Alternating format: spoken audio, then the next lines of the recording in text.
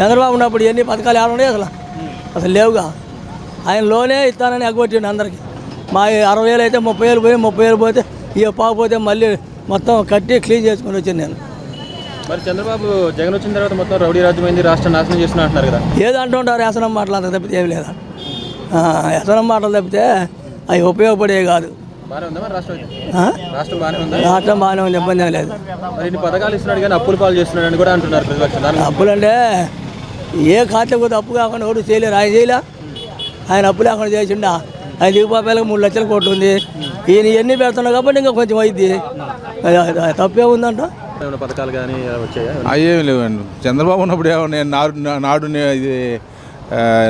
ఇది జన్మభూమి కమిటీలు పెట్టి వాళ్ళ కమిటీలో చెప్పిన వాళ్ళకే పథకాలు వచ్చినాయి, కానీ అన్ని వర్గాలకి అన్ని పార్టీలకి మాత్రం న్యాయం జరగలేదు. జగన్ పథకాలు అయితే ఇస్తున్నాడు కానీ రాష్ట్రాన్ని అప్పులు పాలు చేస్తున్నాడు కూడా ప్రతిపక్షం. ఏమండి, ప్రతి ఒక్క సామాన్య మానవుడికి కూడా తెలుసు జగన్ పరిపాలనలో ఎంత అప్పులు చేశాడు, చంద్రబాబు ఎంత పరిపాలన చేశాడని కేంద్ర గవర్నమెంటే ఇచ్చింది. జగన్ కన్నా చంద్రబాబే ఎక్కువ అప్పులు చేశాడని. ఇన్ని పథకాలు చేస్తా, ఇంత ప్రజలకి అన్ని పథకాలు న్యాయం చేస్తా కూడా ఆ పరిపాలన కన్నా చంద్రబాబు కన్నా అప్పు తక్కువ చేశాడు. మరి జగన్ వచ్చిన తర్వాత ఎక్కువగా వాళ్ళ కార్యకర్తల పైన కానీ ఎవరిపైన కేసులు కానీ ఎక్కువ ఎక్కడ లేదండి. అవన్నీ ఉత్త పుకారే. ఇప్పుడు మొన్నే మాకు జగన్ని టీడీపీ గవర్నమెంట్లో జగన్ని అత్యాయత్నం చేసింది కదా ఎయిర్పోర్ట్లో, కోడికత్తి విషయంలో. దాంట్లో ఊరికి మేము ధర్నా చేస్తే మారణాయుధాలు పెట్టి మమ్మల్ని ఇచ్చేసారని చెప్పి అప్పుడున్న గవర్నమెంట్లో మొన్నే నాకు ఫోటోలు కూడా ఉన్నాయి, చూపించమంటే చూపిస్తా. మొన్నే మమ్మల్ని కోర్టు కేసు కొట్టేసింది. జగన్ వచ్చిన తర్వాత మొత్తం అంతా రాష్ట్రం నాశనమైంది, రౌడీ రాజ్యమైందని ప్రతిపక్షం అంటుంది. ఇంకా చెప్పేది ఏముంది, వీళ్ళు అంటారు వాళ్ళని. వాళ్ళు చేసింది ఏది అంటున్నా, 5 ఏళ్ళు చేసిండు. 5 ఏళ్లలో అప్పుడే కదా మన రాష్ట్రం విడిపోయింది. మరి పోటీ చేసింది ఏది? స్ట్రగుల్ చేయాలి కదా, పోరాటం చేయాలి కదా. పోరాటం చేసి ఎంతో కొంత సాధించుకోవాలి కదా. సాధించింది ఏది 5 ఏళ్లలో? ఏదైనా అప్పుడప్పుడే అయితే వచ్చేది కదా, మనకి రాలేదే. రాష్ట్రాన్ని అప్పులు పాలు కూడా చేస్తున్నాడు జగన్ అని చెప్పి ప్రతిపక్షం. ఎవరు అప్పులు లేవు? అంతకుముందు లేవు అప్పులు? అంతకుముందు కూడా ఉన్నాయిగా. మరి కరోనా టైం కదా ఇప్పుడు. మరి ఈ కరోనా టైంలో కూడా అన్నీ అందించిండు కదా, ఇబ్బంది పడకుండా చేసిండు కదా. అది గొప్పతనమా కాదా? అటువంటి పరిస్థితి టీడీపీ గవర్నమెంట్లో లేదు, అది అందరూ చూసిందే. టీడీపీ గవర్నమెంట్లో గవర్నమెంట్ స్కూల్లో పోవాలంటే అతి తక్కువ మంది పోయేవాళ్ళు. ఈరోజు డబ్బులు ఉన్నవాళ్ళు లేని వాళ్ళు అని కాకుండా ప్రతి ఒక్కరూ గవర్నమెంట్ స్కూల్కి వెళ్తారు. అంతే. ఇప్పుడు అలా మార్చాడంటే అది జగన్ అని మరి మార్చాడు. చంద్రబాబు ఉన్నప్పుడు వాళ్ళకే ఇచ్చారన్న. జన్మభూమి కమిటీని పెట్టి వాళ్ళకి అందాయి, కానీ అందరికి అందలేదు కదా. ఇప్పుడైతే 90% అందరికి అందుతున్నాయి పథకాలన్నీ. చంద్రబాబు ఉన్నప్పుడు వాళ్ళకి ఇచ్చుకున్నట్టు ఉంది. అంతే. ఇప్పుడు అప్పుడు ఎలా ఉండే పథకాలు కానీ అప్పుడు పరిస్థితి? అప్పుడు జన్మభూమి కమిటీలు అనేసుకొని వాళ్ళే ఇచ్చుకోవడం జరిగింది. వైసీపీ పార్టీ వాళ్ళకి సంబంధించి కానీ ఊరికేం అంతగా ఇచ్చిందేం లేదు. ఇప్పుడైతే ఉన్నప్పుడు ఏమన్నా వచ్చాయా పథకాలు కానీ? ఆయన వచ్చినప్పుడు పథకాలు ఏమి లేదు. రైతు భరోసా అది చెప్పాడు. దానికి ఆ జిరాక్సులు బ్యాంకుల చుట్టూగా 5 సంవత్సరాల్లో 10 సార్లు ఇచ్చి తిరిగి నష్టపోయారు. ఆ జిరాక్సులు కూడా సరిపడదు అని ఇచ్చిన అమౌంట్. ఆ విధంగా ఇబ్బంది పడ్డారు పథకాల్లో మాత్రం. గవర్నమెంట్లో జన్మభూమి కమిటీలు ఉన్నాయి, ఎవరికి ఇవ్వలేదు. మాకు వైఎస్ఆర్ వాళ్ళకి ఎవరికి ఇవ్వలేదు. వాళ్ళు చూసి 1,70,000 వేశారు, నో ఇవ్వద్దు అనే సిస్టమ్ చేశారు వాళ్ళ పరిపాలనలో.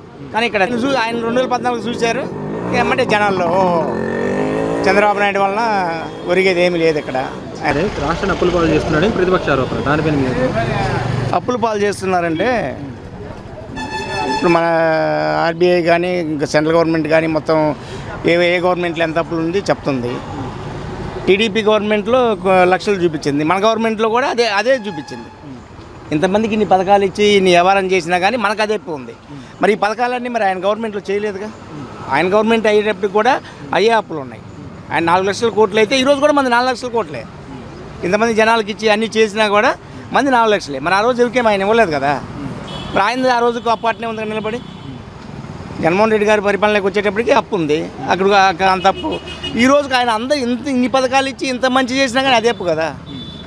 జనాలకి మరి ఆయన ఎందుకు చేయలేదు ఇన్ని? ఏం ఖాతా డబ్బులు కాదుగా, జనాలకి ఇచ్చేది ఇక్కడ కనబడుతుంది కదా. కనపడుతుంది. ముందు ఇట్లానే జన్మభూమి కార్యక్రమాలని పెట్టారు, జన్మభూమి కార్యక్రమాలు చేశారు, కానీ అవి కొంతమందికే అందాయి, కొంతమందే లబ్ధిదారులు పొందారు. ఇప్పుడు అట్లా కాదు, పార్టీ రేషన్ కార్డు రావాలంటే కనీసం 4-5 నెలలు తిరిగేవాళ్ళు. తిరిగినా అది అవుద్దో తెలియదు. అది జన్మభూమి కార్యక్రమంలో ఒకే చేయాలి, తర్వాత ఎంఆర్ఓ ఆఫీస్లో ఒకే చేయాలి, అయిన తర్వాత మళ్ళీ పంచాయతీకి రావాలి. ఇవన్నీ ప్రాసెస్ జరిగలేక ఒక 3-4 మంత్స్ పడుతుంది. ఇప్పుడు గడిచిపోయాయి. ఇప్పుడు రేపు రాండి, ఎల్లుండి రాండి, లేకపోతే ఆయన అడగండి, ఈయన అడగండి అని చెబుతూ ఉంటారు. జనాలకు, పల్లెటూరు వాళ్ళకి చదువుకున్న వాళ్ళు ఉంటారు, చదువుకోలేని వాళ్ళు ఉంటారు.